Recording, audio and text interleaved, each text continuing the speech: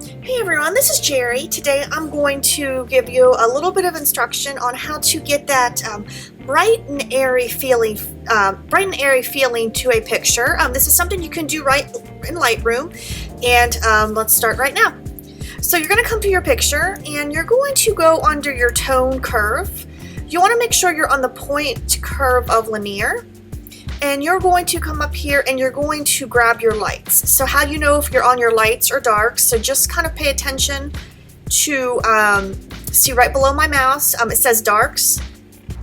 If I move up, it says lights. So the first thing I'm going to do is I'm going to pull my lights up. We almost want us to the point of being overexposed, but not quite being overexposed.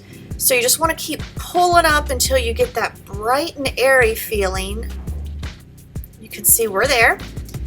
So you also want to make just a little bit of contrast with some shadows. So you're going to come down to shadows. You're going to pull down just a teeny bit. Now just be careful here. If it gets too dark, it can kind of start to look not as bright and airy. So I'm just going to take it down to kind of show you how that's just a bit too much there. I'm going to pull that back up to keep that brightness. Then I'm going to come back up here. I'm going to pull my lights up just a little bit more. All right, so this is what we came up with now. This is our bright and airy. This is our before. This is our after.